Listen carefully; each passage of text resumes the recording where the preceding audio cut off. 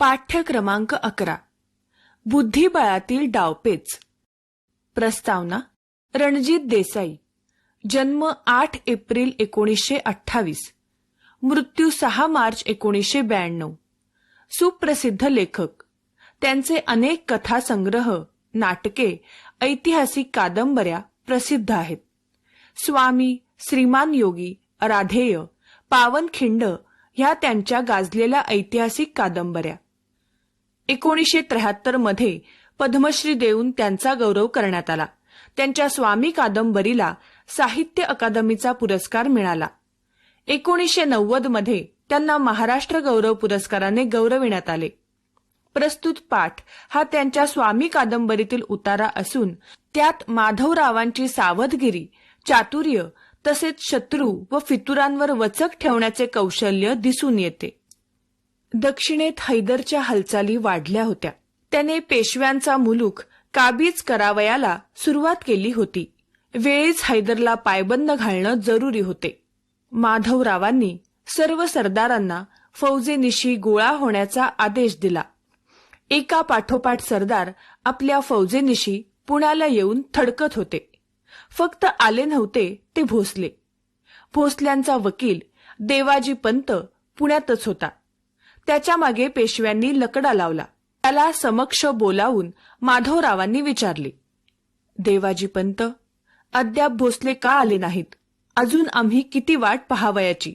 देवाजी पंत लाचारीच्या सुरात म्हणाले, पल्ला मोठा, भारी फौज बरोबर. थोडा विलंब लागणारच. राजे नागपूर सोडून निघाले आहेत.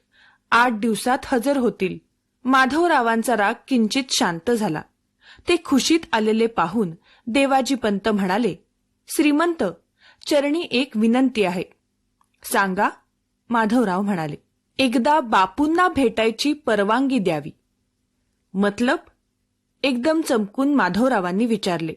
देवाजी पंतांना शब्द फुटेना.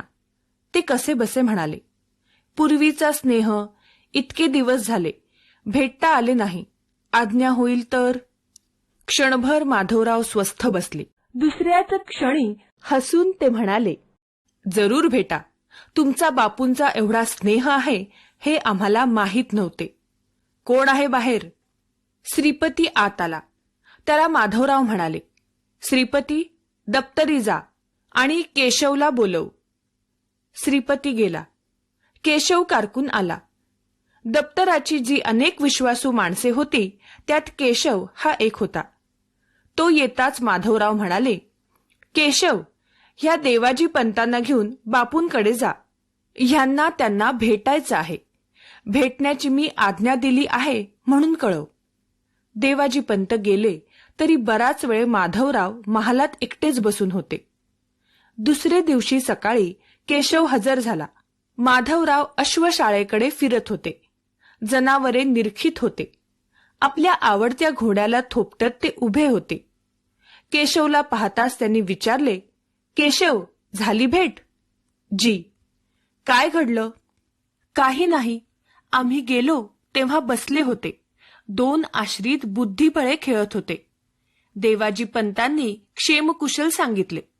नागपुराहून राजे 2 मजला करून येत असल्याचे सांगितले. बापू बर म्हणाले. आणि काही नाही. मग बापू डावाकडेच पाहत होते. बस एवढेच? कोणी काही बोललं नाही? आश्चर्याने माधवरावांनी विचारले. नाही. केशव नकारार्थी मान हलवीत म्हणाला. मध्यंतरी आश्रिताला एक डाव सांगितला. काय डाव सांगितला? राजा 2 घरं मागं घ्या, एवढेच ते म्हणाले. असं?